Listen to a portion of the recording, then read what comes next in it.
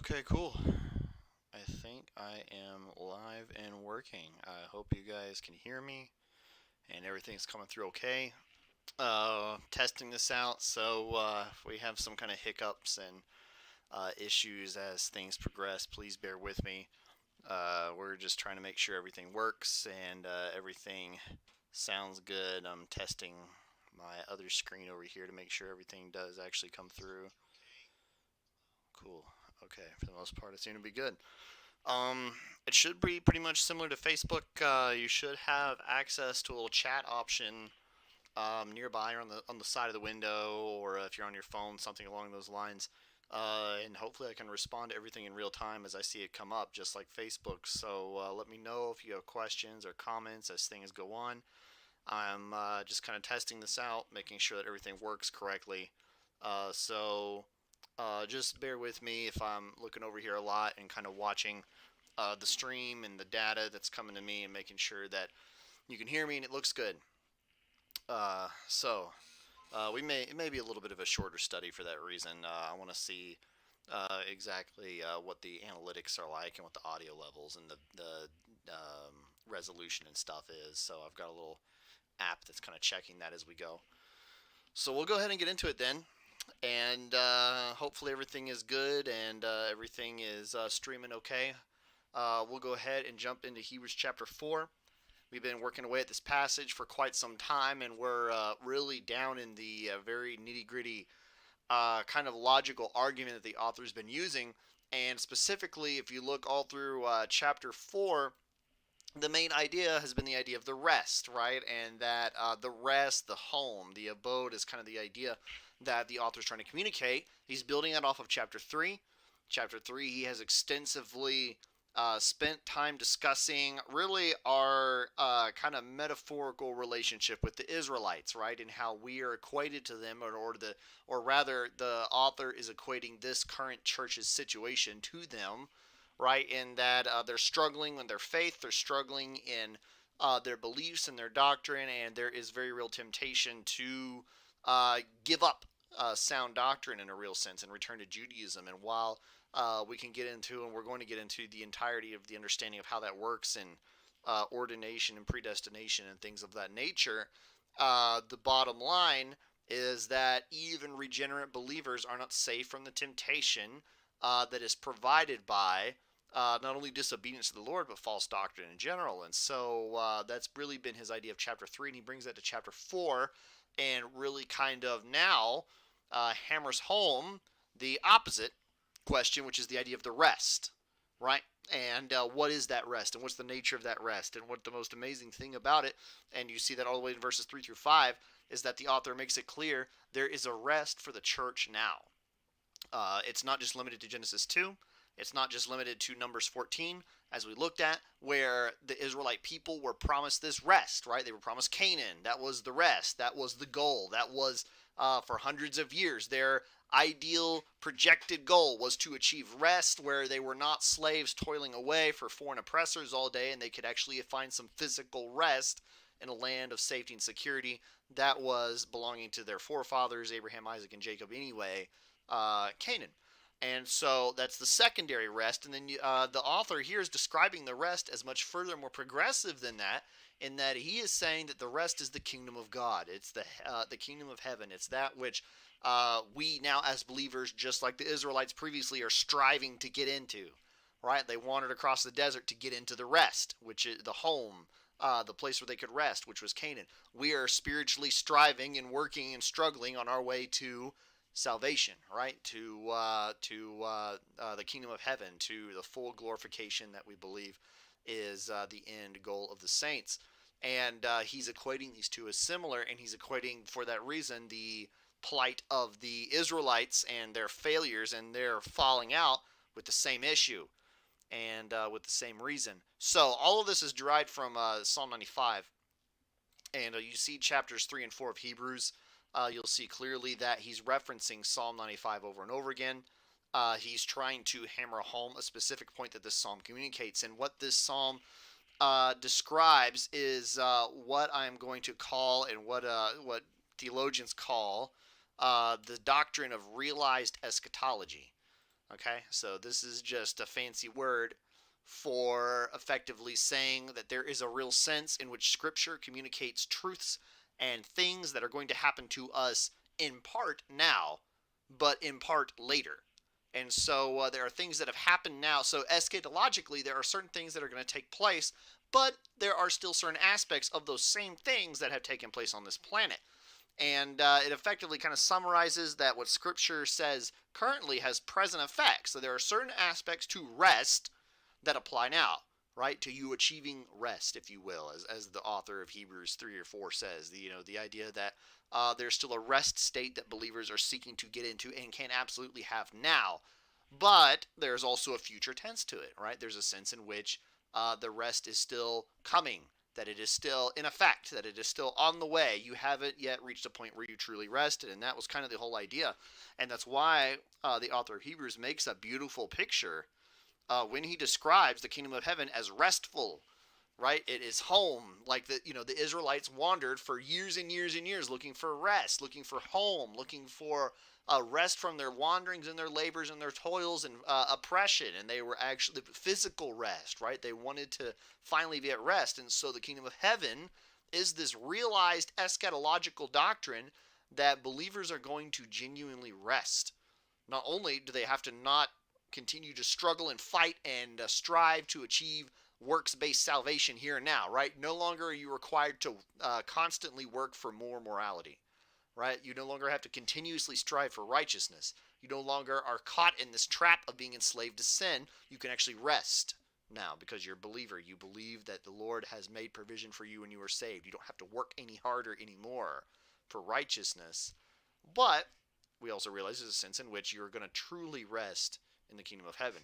And that's one of the most beautiful things that we're going to see about the understanding of the kingdom of heaven throughout Hebrews is that it's a restful idea.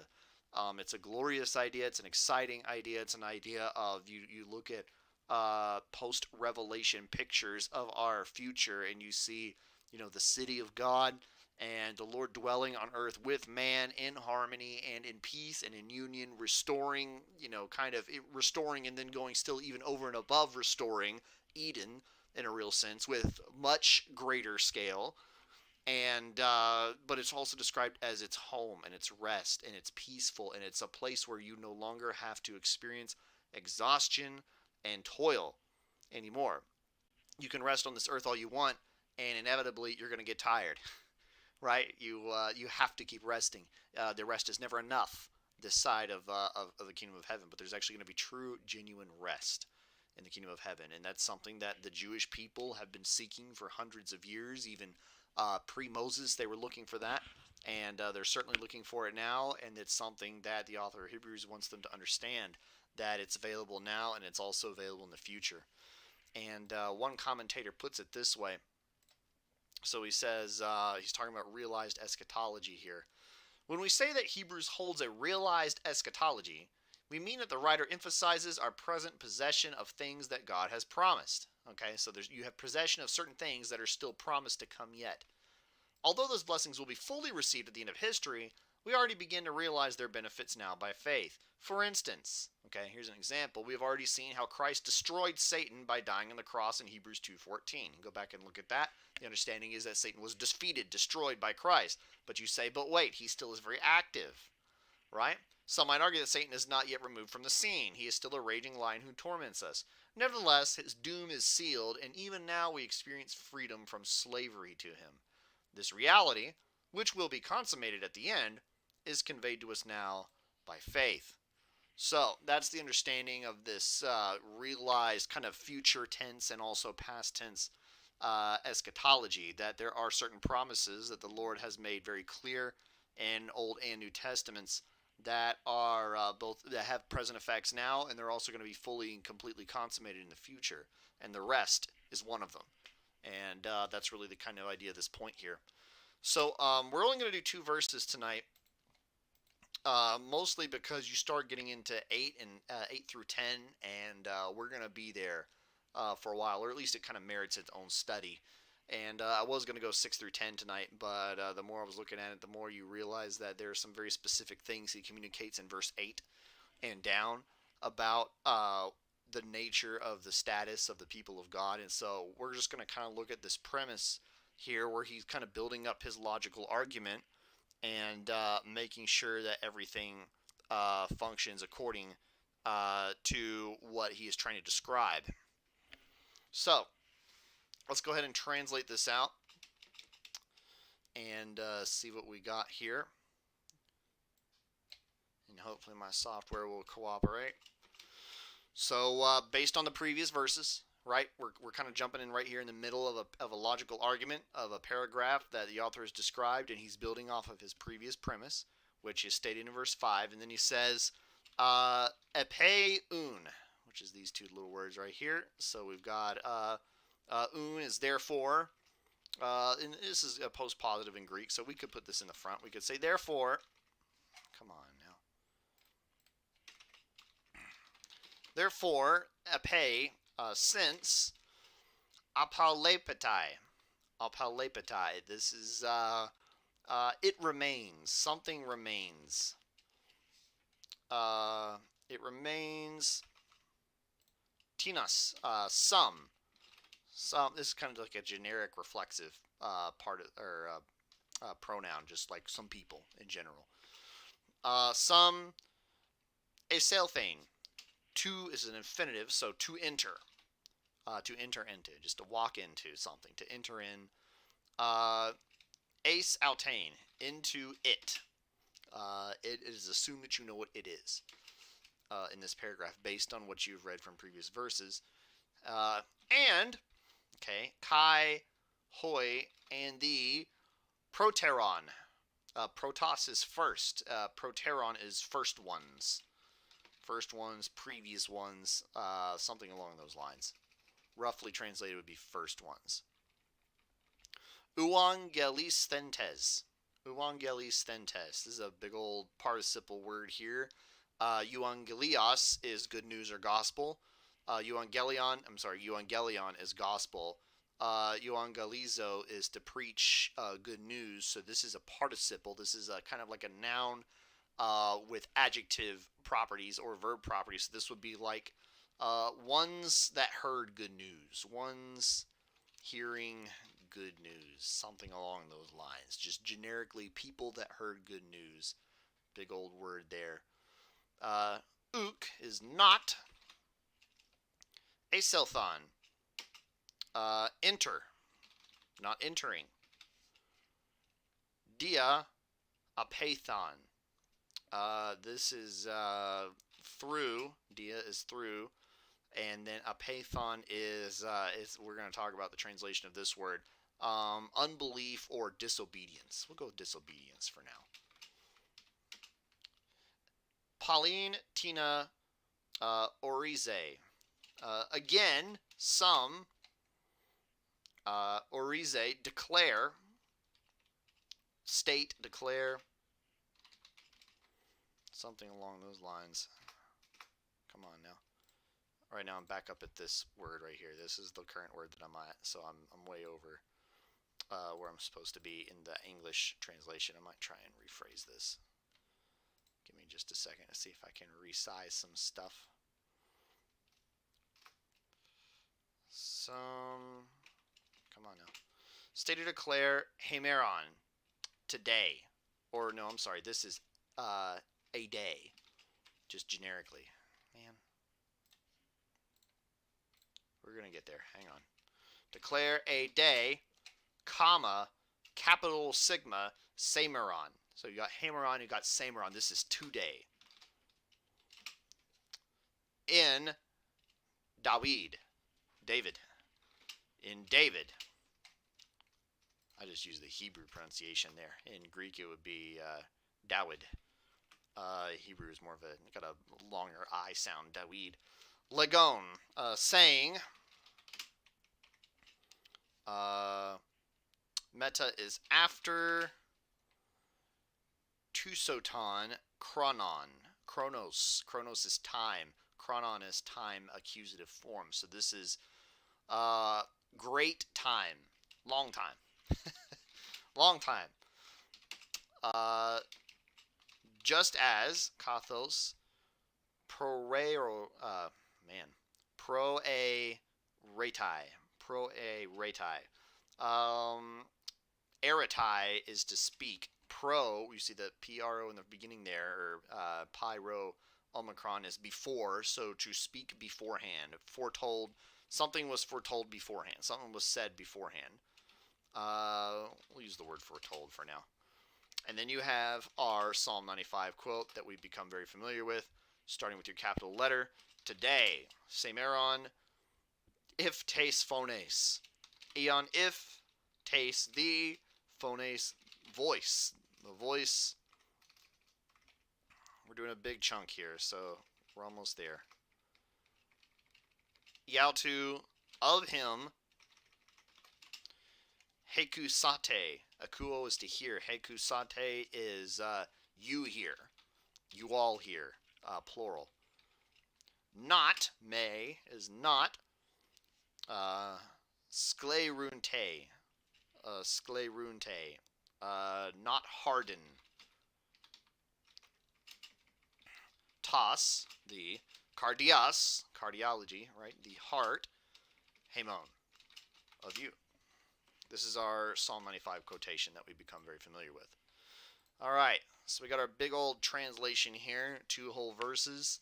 Hopefully you all can read that and see that.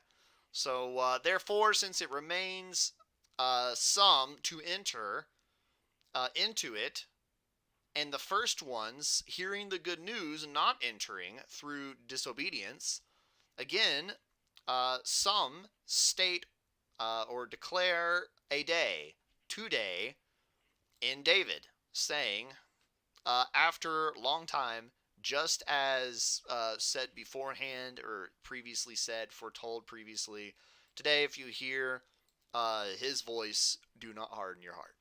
Right? The classic psalmic quotation here. Okay, what are we looking at? What does that mean? Let's, you can see clearly that this is complicated because this is a logical argument he's building out of verse 5. Look back at verses 3 through 5, and we looked at this last week where you see there's this implication of he wants you to look at, there's been a rest. We already know that. There's been some sense in which Scripture describes a rest, and especially bearing in mind the context of these particular audience members here that have been listening to this for a long time. Of all people, these people would be very familiar with Genesis 2's declaration of God resting on the 7th day, right? They are Sabbath observers, absolutely to the letter. These are people who have been immersed in the Sabbath for centuries. And the author of Hebrews is saying, you know what's said in Genesis 2. You know that the Lord statically rested on the 7th day, right? Not because he needs to or he's exhausted, because he is there to make a specific statement that it is finished and there will be no further working on this day. Fast forward to the Decalogue, right, where it's commanded nationwide there will be a observance of the Lord's day of rest. The author of Hebrews says in verse 5, realize that it is not supposed to be static, right? It's not supposed to be a one-time effort. It was clearly not a one-time effort, because clearly not only does the Lord not need rest, but also Psalm 95 describes a progression of rest. Why would David do that? And he is mentioned by name here. David specifically said this. And so there's kind of a logical argument that's being built out of this entire chapter, and we're right here in the heart of it. So I want to take some time to look at the logic here. He's making something very progressively clear. And the thing that the Hebrews have understood for so long is that rest is static. And what I mean by that is that you rest for 24 hours every 7 days. That's the static understanding of rest, right? The Lord did it first. He commands us to do it. So we're going to do it precisely the way he did it. And that is exactly what the Scripture means when it's describing rest, and there's no typology whatsoever concerned. And, that very simplistic reading there. But you can see clearly that the author wants you to say, now wait a minute, read Psalm 95, and you will see that it's not true. And you will see that David clearly describes a rest that is somehow still in effect and still needs to be obtained, even though we're not doing it. Right? The Hebrews are not just observing 1 day out of 7 and resting, and apparently that's not restful, because Psalm 95 encourages you to still rest in some way. What's the problem here? So he's making it clear that there's something we're not understanding about the rest if we think it to be static. And so this is kind of the logical tracing of the argument here. This is what, you ever take like Philosophy 101, they do this where they denote like, okay, if A equals B, then B belief equals C belief, and you derive belief D from that. So the logical argument kind of goes like this, right? You have the static rest, right, which is described in in chapter 4, verses 3 and 4, right, in Genesis 2. Genesis 2 makes it clear the Lord began a sense of rest, typologically speaking, on the seventh day of creation, right? Just a static day of rest. However, why then does he call people through David to follow him and to rest in Psalm 95? We're not in Genesis 2. We're not Adam. We're not Eve. We weren't there at the day of creation. So why would he then encourage us to enter into his rest? If he rested one time in Genesis, right? That's the first logical argument the author says. And so he says, then later, okay, well, then you could take the second argument. You could say, well, it's talking about the rest of Canaan, right? He's saying that the rest of Canaan metaphorically regards the entry point, which we described in Numbers 14. You go look at Numbers 14. If you haven't been following our studies up to this point, Numbers 14 is a specific turning point in the Israelites' journey. What happens in Numbers 14? It's their first time. They finally get to Canaan. They finally make it all the way across the desert. They've escaped Egypt. They've escaped oppressors and all kinds of warlords on every side. And they finally get to the gate, and they refuse to go in. Right? They finally get to the actual gate where they can enter into Canaan. And the spies come back, and they say, we can't win. It looks pretty bad. They're going to beat us, and the Lord is not with us. And they turn away, and they reject the Lord on that day. And there's a finality on that day of their stubbornness that regards their punishment. And so you could say, sure, this is the rest. Then what David's talking about in Psalm 95 is clearly not the seventh day of Genesis 2. He's talking about Numbers 14, which makes sense, right? Read Psalm 95, and you see that it's clearly talking about them wandering around in the desert and disobeying the Lord, specifically at one case in Massa and Meribah. We're going to get to that here in just a second. And the Lord swore in his wrath, they will not enter my rest. So the rest is Canaan. The rest is physical Israel. Then the author of Hebrews says, well, that also has a problem. That didn't work. Did it? They did not get to rest. And they were not allowed to rest for obvious reasons, right? They came all the way to the gates. They came this far, and they finally just rebelled one final last time and rejected to enter into the land they'd come so far to get. And the Lord rejected them for 40 years. He absolutely cursed them to die in the wilderness without their rest for 40 years. So if this is your rest, it's not looking too good, right? And so how then can David still say you need to enter into this rest in Psalm 95 if he's, 1,000 years later? That's a stretch. It'd be more like several hundred years later, but quite some time, right? Quite a bit of time has passed, and the Lord still calls the Israelites in Psalm 95, and here the author of Hebrews is saying generically the church to enter into the rest that David says you need to get into much later in time. Now, there's an argument that could be made, and it's kind of a fascinating argument. It's kind of ironic in that it seems like the author of Hebrews has almost taken Psalm 95 out of context and misapplying Psalm 95. We'll get to that here in just a minute. But it's what the author of Hebrews' immediate assumption is that Psalm 95 applies to all of us now.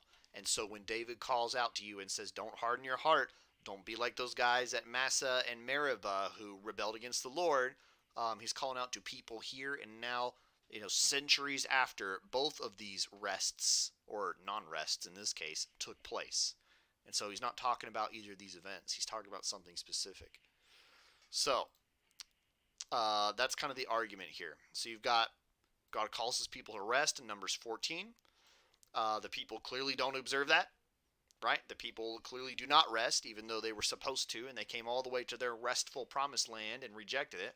However, God still continues inspiring David to write Psalm 95 to call people to enter into the rest.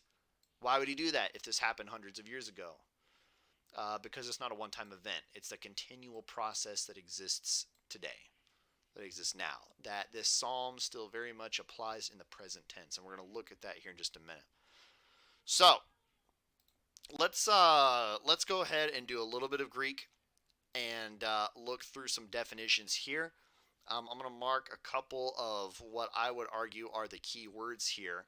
I mean, obviously, all of this is inspired scripture, but there are some words more so than others that are going to really drive, and our definitions of those words will determine how we interpret this text, right? We don't necessarily want to spend quite as much time on like the and as much as some critical words that determine the whole purpose of this sentence. And one of them, let's see, let's look at some major verbs here. This is the main verb of the sentence. It remains, right? Something remains behind to be entered into. Got the first ones here. That would be a central verb. I mean, entering into, even if that's a pretty simplistic verb, that's, nothing, no crazy interpretations there. It's something that's used, it's pretty critical to the argument that he's trying to make here, right? You need to enter into something, specifically the rest. Got your big old participle, the ones that heard good news. Disobedience would be a key word here. Why did they not get in? What prevented them, even though they heard it, didn't get to enter because of what? And that would be a key word. You've got declaring or stating something openly. Today, this is very much a key word. We've looked at this extensively already in chapter 3, but we can definitely look at this also. Let's see here. Let's look at foretold, previously said. There's a lot of keywords here. We could really highlight pretty much the vast majority of it. Let's start here and see where we get. Let's look at these Greek definitions and kind of build our theology out of that. So you got your first one, it remains. Right? Pretty simple verb. No great translational difficulty here. Something's left behind. Something remains behind. Something, it's even used kind of to describe the idea of forsaking something. It's used extensively throughout the LXX. I forgot to write down my usual stuff where I show you how many times it's used in the Greek New Testament and the LXX and things like that. And I did not get that in this time. That was my fault. But it's used, I want to say, somewhere over 40 times in the LXX that I recall. And this is a pretty simple idea, right? You leave some behind. You remain behind in some way. Fits kind of in the paradigm of like the failed Canaanite entry, right? They remain behind in a real sense. Or in this case, they left something behind, right? They walked away from Canaan. They left it behind. Their promise remained unfulfilled because of their rejection. Pretty simple. This is a very common one, but it's worth mentioning because it is so central to this idea. It is fascinating that the author does use this word entering into salvation over and over and over in these verses, right? He doesn't say believe and repent. We know that's implied, but he's saying you need to enter into the rest. That's the verbiage that he's constantly using to describe salvation. Hold on to that. We're going to remember that. Pretty simple verb, no great translational difficulty here, but it's used quite often and is something we should probably understand if we're going to understand the salvation he's talking about when he wants us to get into this rest. And you got your first ones, proteron, the first, the original ones, drives our kind of interpretation here. The first ones, interestingly, are the ones, he's talking about Numbers 14 here, right? He's talking about the first ones to hear about this rest were the original Israelites. The first ones to get this good news were the original Hebrews that walked out of Egypt with Moses. Those were the first ones to hear this good news. This is fascinating because this tells us a few things. That this is, and we know this to be true, right? Historically speaking, that the Jewish people were the first large people group to hear good news like the Lord is going to save you from, in this case, from Egypt, right? The Lord is going to redeem you from the hand of your oppressors, and he's going to give you rest. In a very personal sense, it was the faith of their forefathers, right? Abraham, Isaac, and Jacob, but it had not been in such a public, mentioned, stated way, declared, if you will, right? In that way, except in a personal sense, like it was to Abraham, Isaac, and Jacob. So they're the first, right? Kind of the first to hear the gospel, the proto-gospel. Let's use that kind of terminology, right? Even if it's not the gospel we know and understand through Christ now, it was the Lord will save you, right? Physically, in this case. And your big old participle, the ones who heard or received the good news. Now, this is also important because this kind of drives our interpretation. Euangelion, wherever I put it, this big participle here, euangelistentes, is the interpretation here. I'm going to write it over here if I can. This comes from the noun euangelion, which is good news or gospel. Not necessarily gospel. It is the predominant word by far for gospel in the trying to fit everything here. In the New Testament. Don't be mistaken. Almost, in fact, I'm pretty sure it is pretty much every time you see in your English translation in the New Testament the word gospel. It's almost always going to be euangelion. Comes from angelo. Remember, an angel is a messenger.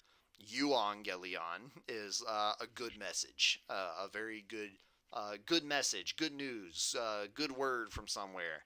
And it does typically mean the gospel, but it doesn't have to. It doesn't have to always mean the gospel.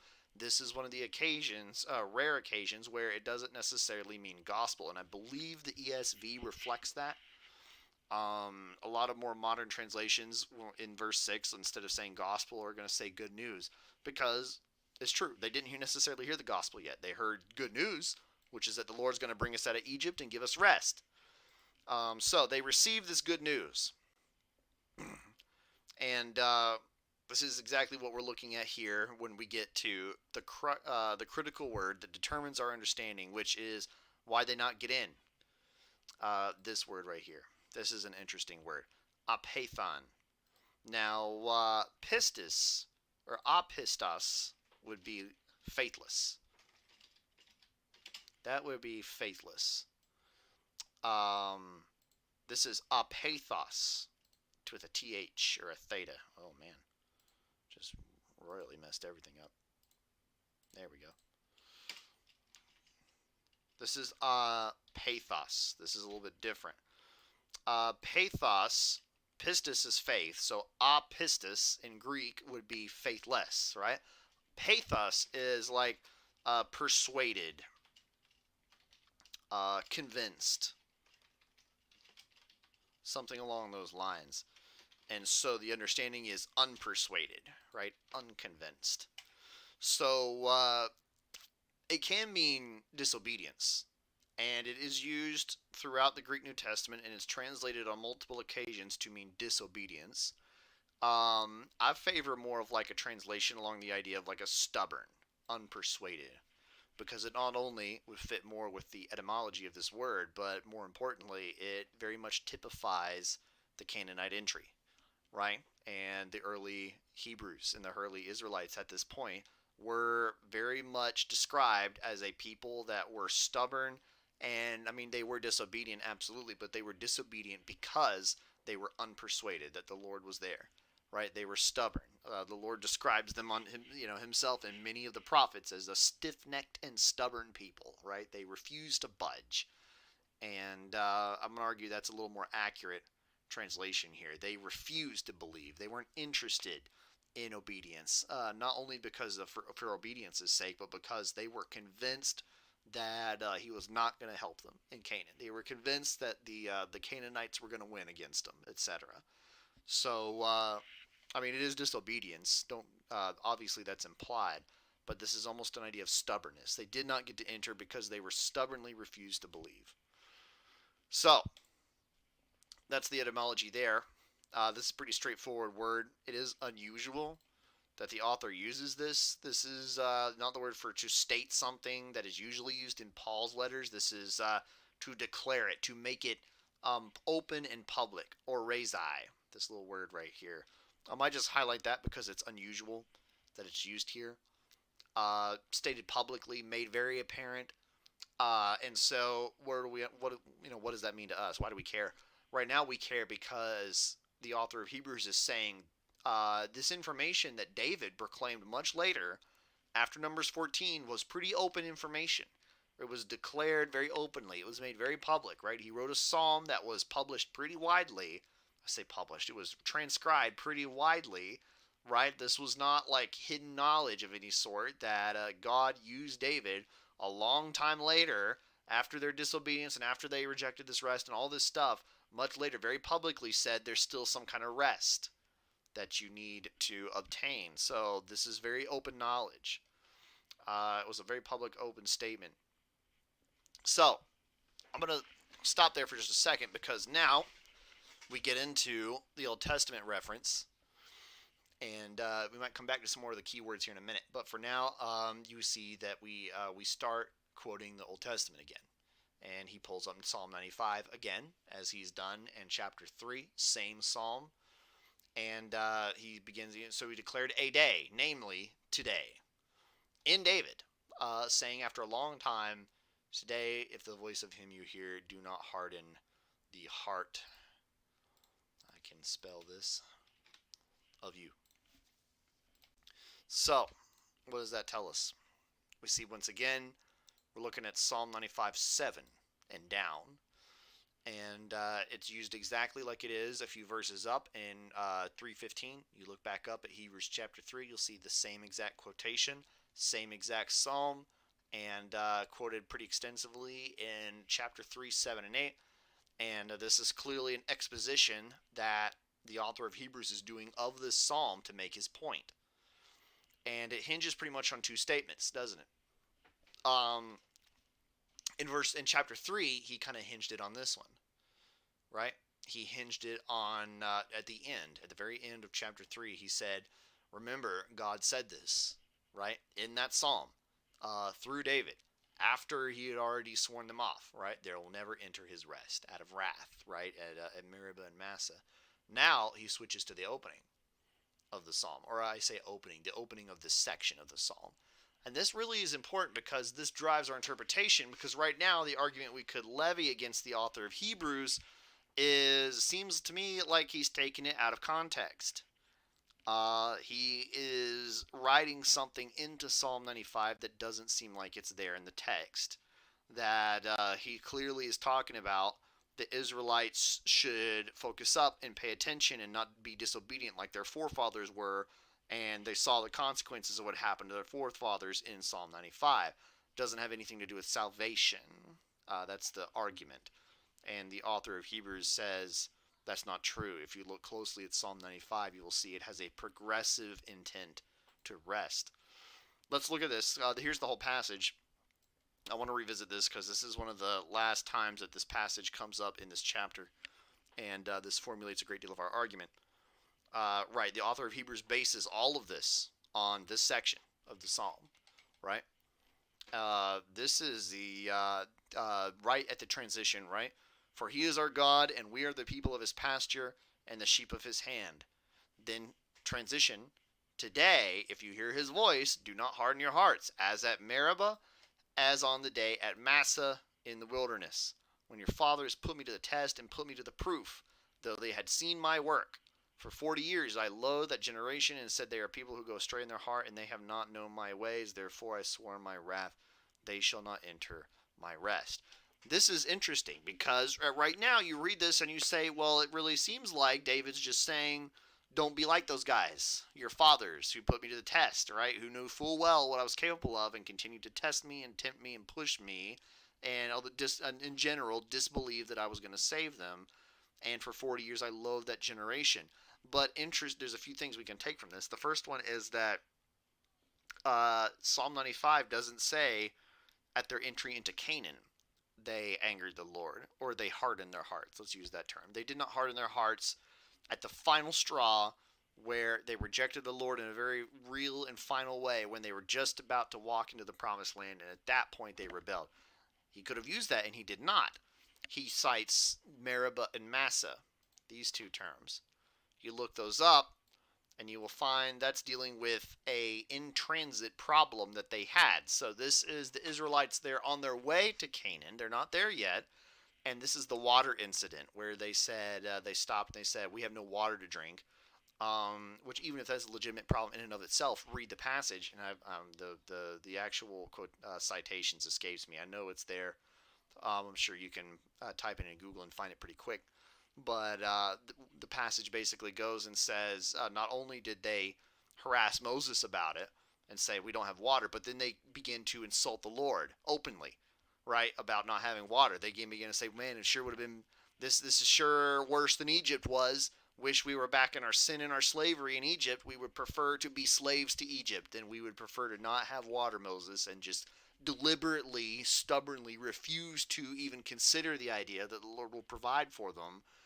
And what's fascinating is that this psalm right here says, on that point hinged his loathing of this people and his wrath, at which point he condemned them for 40 years.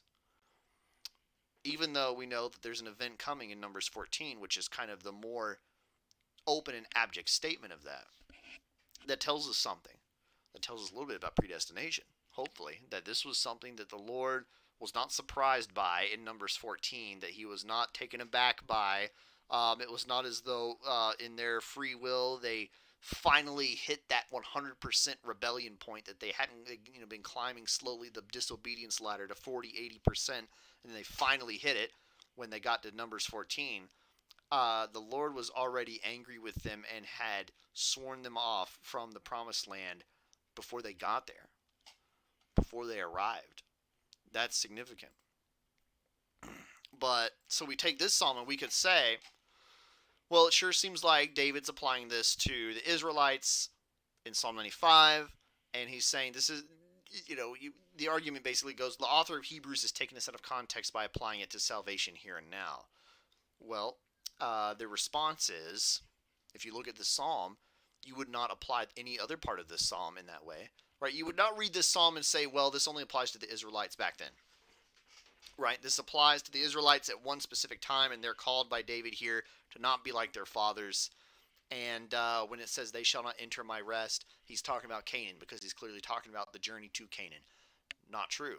Right? They were already sworn off from Canaan, I should say, before they got there. So that should tell you something. But also, read the rest of the psalm. Would you put the rest of the psalm in a contextual box that is so simplistic as to say, well, it's just talking about this day and time? The other part of the psalm is pretty joyous, isn't it? We sing this, right? We have worship songs on this particular psalm.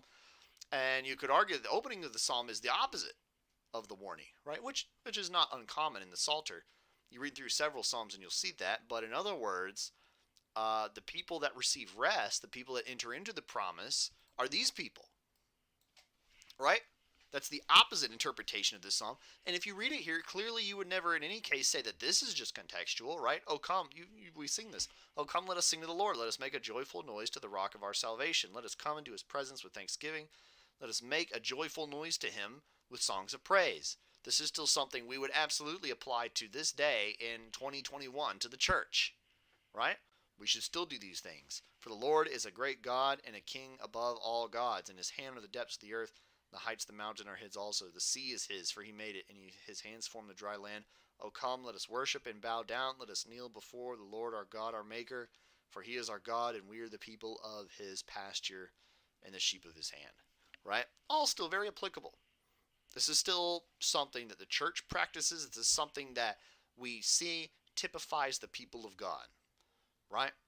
Israelites in Psalm 95, or churches in Hebrews 4, or churches today, right? Still praise and worship and hold genuine reverence for the Lord, for he's the creator and he is the great king and maker of our beings, right? That's still something we would apply today. That's still something that would have very concurrent information. So why would you cut the line off there and then say, but the rest of the psalm is specifically for the Israelites in Numbers 14? Clearly, this psalm should model to us what praise and worship looks like for the Lord's people. And so, this psalm is not designed to be limited to a specific covenant of the Israelites that they rejected at that point. So now there's an objection that we could feel at this point, and some scholars say, but wait a minute, uh, they did get this rest eventually, and they did get this rest because even though you could say they fulfilled Psalm 95 and that it's done and taken care of and it's fulfilled, because even though that one generation that did wander away and did wander the desert for 40 years, their children came back and then inhabited the land, right? And that would give them rest, right? So the whole purpose of their kind of condemnation was so that they would not only wander around, but their children would then rise up and they would actually get the rest, right? Wasn't that the whole point of Numbers 14? And the 40-year wandering in the wilderness, right, was so that their children did actually achieve the rest. They did take the land. They did finally rest from their wandering and their slavery to Egypt, and everything was fulfilled at that point. Technically, yes, that's true, but we also know that rest did not work long term, did it? That rest was temporary. So I'm going to say even even fulfilled, the rest is temporary. And we know this historically for a number of reasons. The first of which is, yeah, they did. The children that of the rebels that rejected the Lord in Numbers 14 did eventually inhabit the land.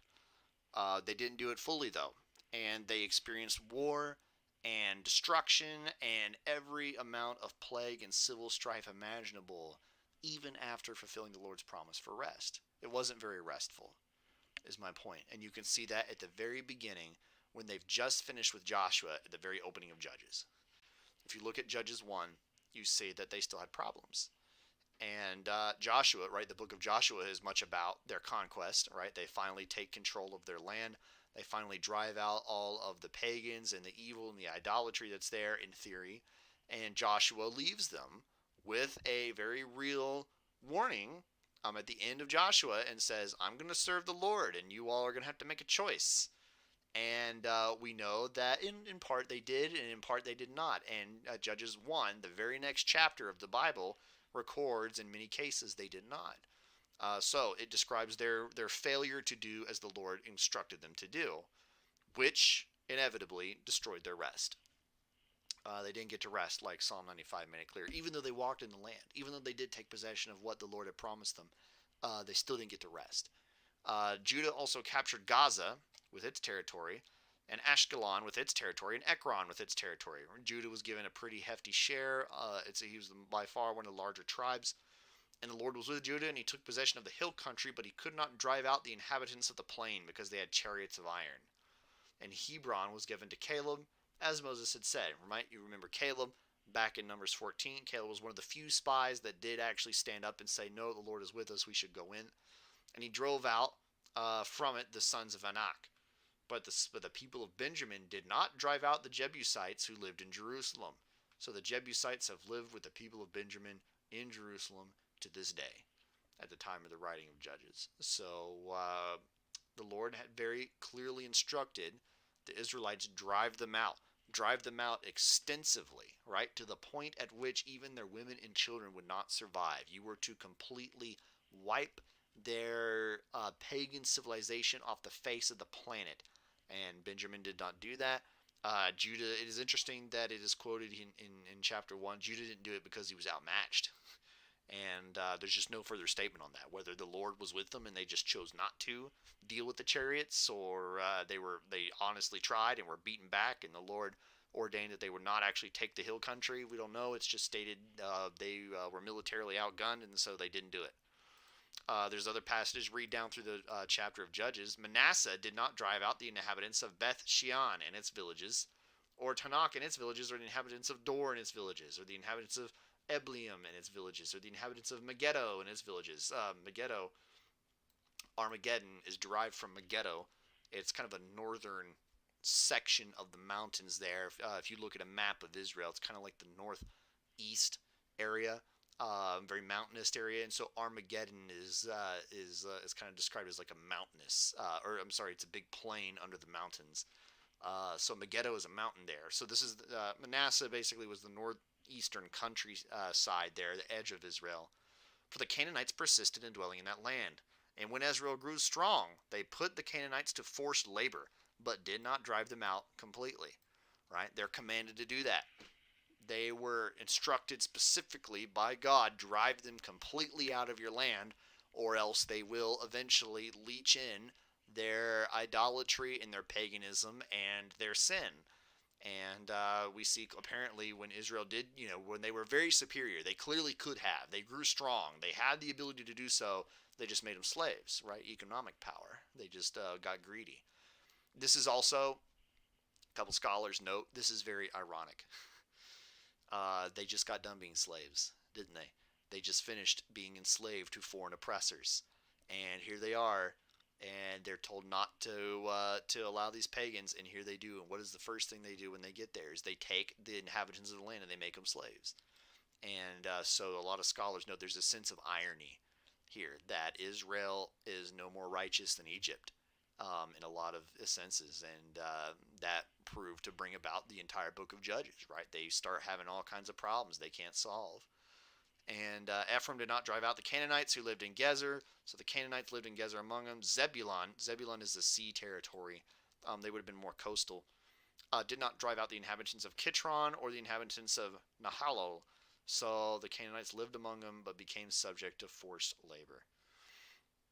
So my point in stating all this is that this rest that David describes in Psalm 95 was not fulfilled even by their children of the sinners, of the ones who were rejected by God and were allowed to wander for 40 years.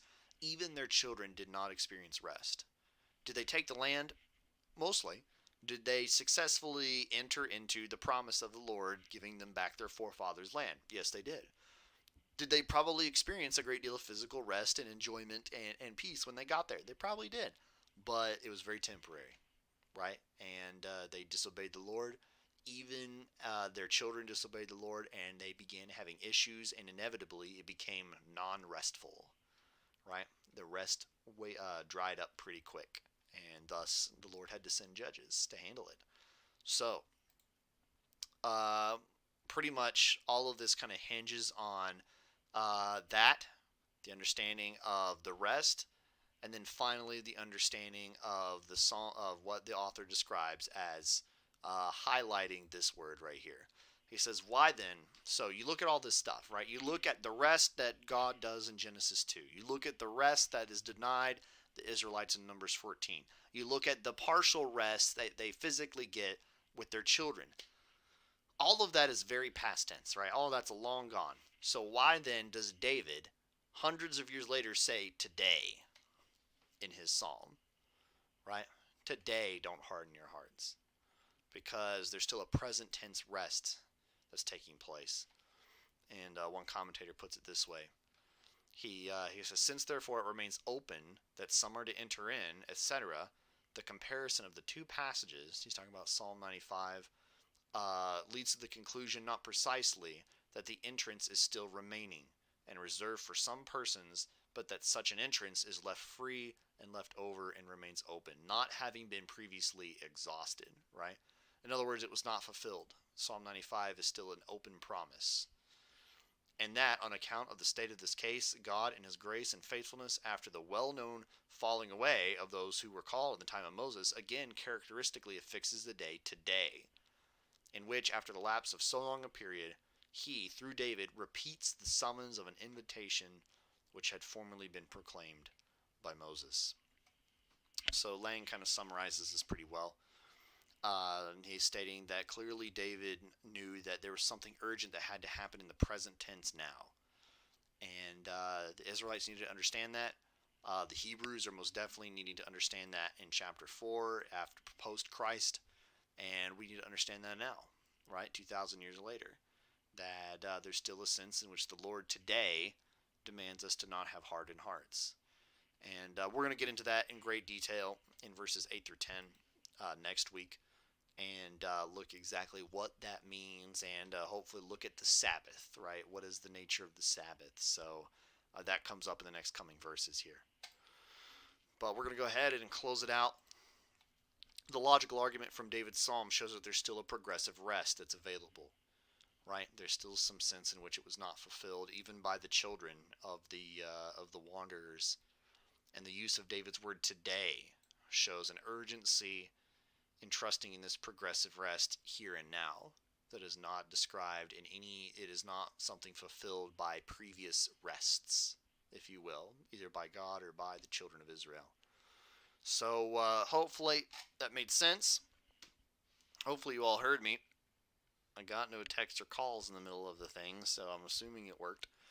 And yeah, that's what I got for tonight. So let me know if you've got any questions, any comments, any thoughts.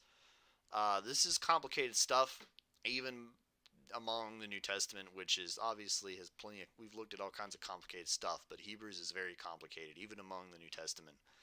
And we're really getting into the nitty gritty of some of the argumentation that the author is specifically citing here.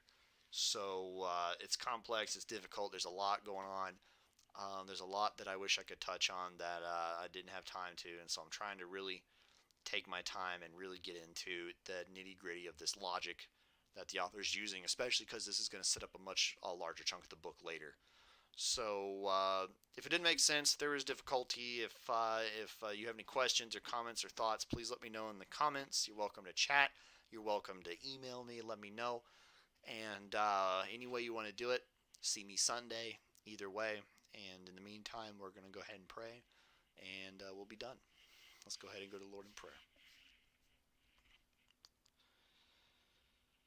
Father, thank you for providing this rest to us that we can look forward to, that we can experience now in part, and we can trust progressively to come about later, that we know that you have ordained all through history since Genesis 2, you have proclaimed there is a rest for human beings to attain.